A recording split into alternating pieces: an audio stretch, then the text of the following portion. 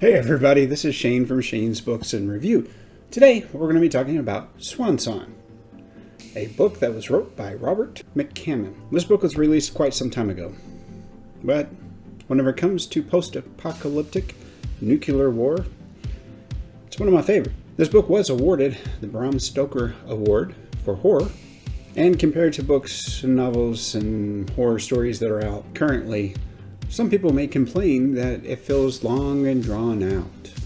Well, it leads me back around to one of the things that I really enjoyed about this book, and that was the character relationships to one another and the development of those characters to one another. So in the beginning, you've got the president. Yay! Go America! And he's surrounded by his trusted members, and they're discussing what's going on, satellites getting blinded, etc. And then all of a sudden, they're on a plane. Whenever the plane was over America and things were exploding, there were fire tornadoes, there were trains that were in the air that the plane was having to dodge. I mean, that was well done. Yes, there was a whole lot of telling, but it was an appropriate type of telling. Now, the president in the area before all this is happening is quite literally losing his head. Everybody knows it. Everybody sees it. Nobody's really comfortable with it. And everybody's like, look, things are going to go bad. Come on, push that button. And the president, he's all like, no. You guys need to chill out. I don't want to be the first one to push the button. Come on. I don't want to be known as that guy. Then, this little girl by the name of Swan, she has a special, unique thing. She can hear when plants are dying. Or if they're happy, I guess. It never really says if she can hear if they're happy. But she can definitely hear the death song, as it were.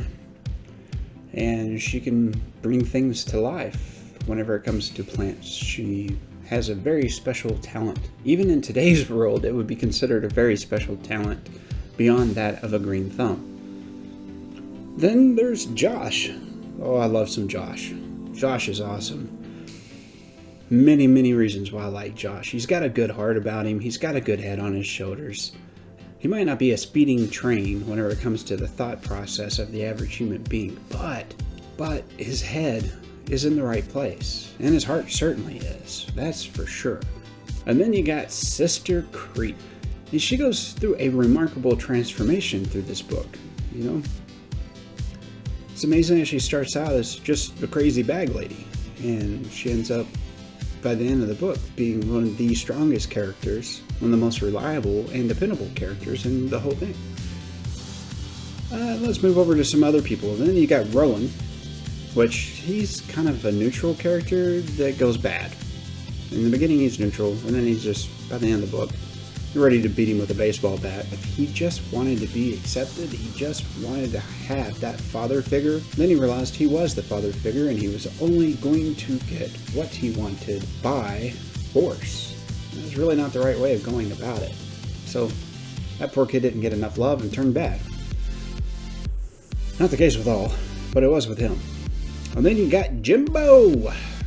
Yep, that was loud, huh? Well, here it comes again. Jimbo, the soldier. Always looking for the shadow soldier. Turns into the shadow soldier before it's over with. Or at least he thinks he does. And then Rowan has a very unique point in the book where he puts Jimbo into his place. Whenever he goes, this whole time I've treated you like you were the king, but without me, you don't have a thing, because I've done it all, haven't I? I put your hand, cut it off. I took you to here. I got you the food. I got you the rations. I organized this whole army. I was the one that did this and this and this. You're nothing without me. You said I was your right hand. And come to find out, you're mine. That was a power struggle that was going back and forth between Roland and Jimbo the entire time. Interesting enough, the way that it was all resolved by the end. There were a handful of other characters, and quite really, I do not want to take away from them, because in each of their own right, in between the doctor, the cowboy, and others that were support characters in their journey from, be it New York, or the little trailer park, wherever it was that they all started from, to the very end at Warwick Mountain, where they went to find God.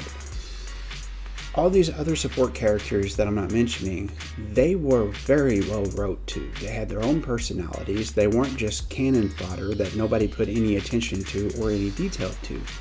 Robert did a really good job in this book. Primary points of the book: setup to nuclear war, and then you have little girl that can make things grow. You have friend, as I will call him. Then you got the armies, and then you have the resolution.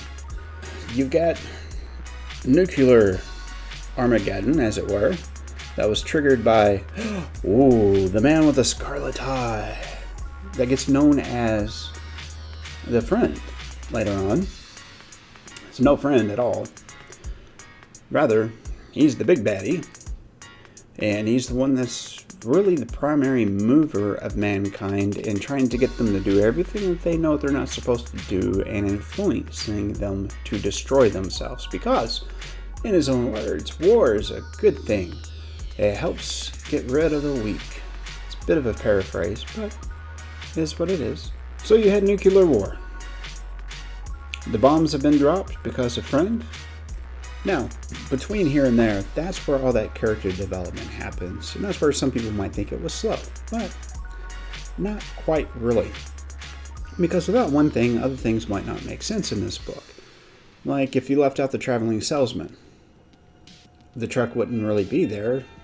Well, I guess there could be a truck there, but the working truck wouldn't be there for Friend to influence, take over that body, and send them to the Army of Excellence with fresh corn to meet Jimbo for the first time and say, hey, let's go destroy that ring, let's go destroy that girl, and let's go to that mountain and push that button. Why? Because I like chaos, and I like death. Speaking of the armies, there was multiple armies fighting out in the Nebraska line in that area that were alluded to, and there was actually a couple that were in there, but there was enough of it that you kind of got a sense for it. So, kind of thank you for not really getting into that and trying to make 2 books out of 1 book. It was fairly well done. One of the more clever devices inside of this that I found enjoyable was the way that Robert would like to almost use disinformation to direct you one way or the other and then lead you into a small trap about the person. For instance, Pops at Pop's store in the beginning. Whenever Josh happens to walk in with a busted car, and Swan and her mother shows up, Pops is going on about the people underground. My sons, all this kind of a thing.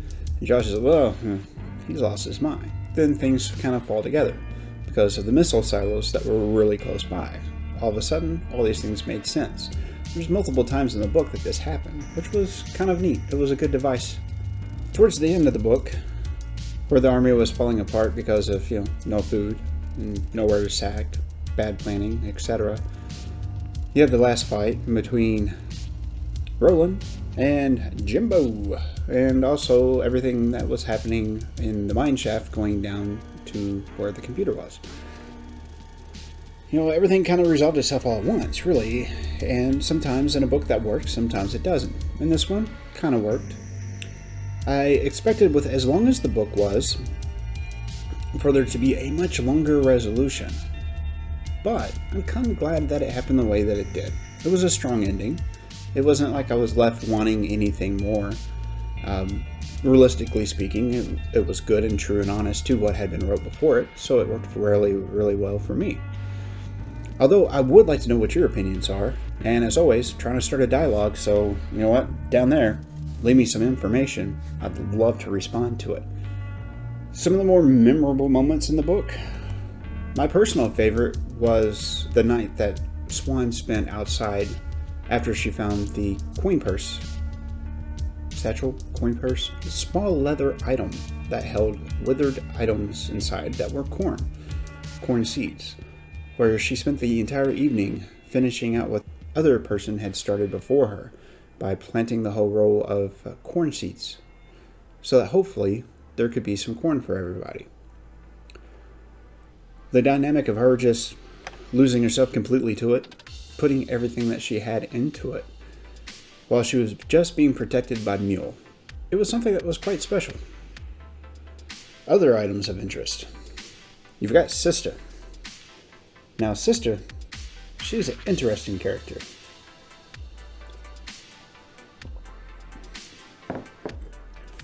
Whenever she goes from being absolutely crazy to realizing she's really not so crazy after all, and this dream walking business is actually going places and doing things, and she gets a little bit more interested in life.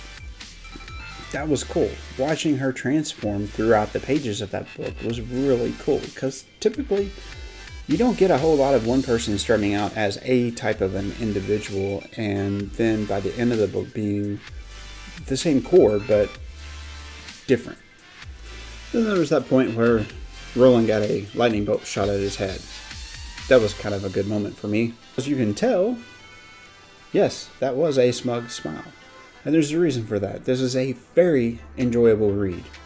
Don't try to read it on a Sunday afternoon unless you are an incredibly advanced and achieved speed reader. It will not happen. Definitely something you should probably look into if you like something that's kind of westerny in a way. It's got some of those elements due to, of course, post-apocalyptic, nuclear waste, and just trying to survive. And there's a little bit of magic to it, so we could say it's a bit of a fantasy book as well, because you've got the ring, you've got the mirror, you've got the whole thing with the Job's mask. There's a little bit of romance in there. I didn't say bromance, romance. But it wasn't a lot at all. And I mean, it wasn't like a scene of these people were kissing and any sexual encounter or anything like that. It's just that there's two characters in the book that end up finally making a connection. And I wonder if Josh ever really does get to see that woman in the dress. I don't know. You'll have to read the book to find out. All this talk of God in the mountain with the silver key in the black box. It went on for quite some time. But it was there. It was needed. I mean, without it, there wasn't any reason to move the story along to Warwick Mountain. So if they had decided to ransack Mary's Rest and then move over to Warwick Mountain for absolutely no reason, then why? It wouldn't make any sense. So yeah. So about God. Go figure. It was the president. Again, remember what I said? He lost his stuff. Well, there he was still with his stuff lost. Now, do I recommend getting the book? Depends on if you like the things I just mentioned. If you do, this might be a book for you. I know it was for me. If it was, if you get it, let me know. Again, that area down there, type. I hope that you guys enjoyed the review. If you did, make sure that you gently massage that subscribe button. Click the like button, because believe it or not, that actually does do something. And leave me some text down there in the comments. I will happily reply. If you guys happen to find a good book, let me know about it so I can read it with you. And you guys, have a great day.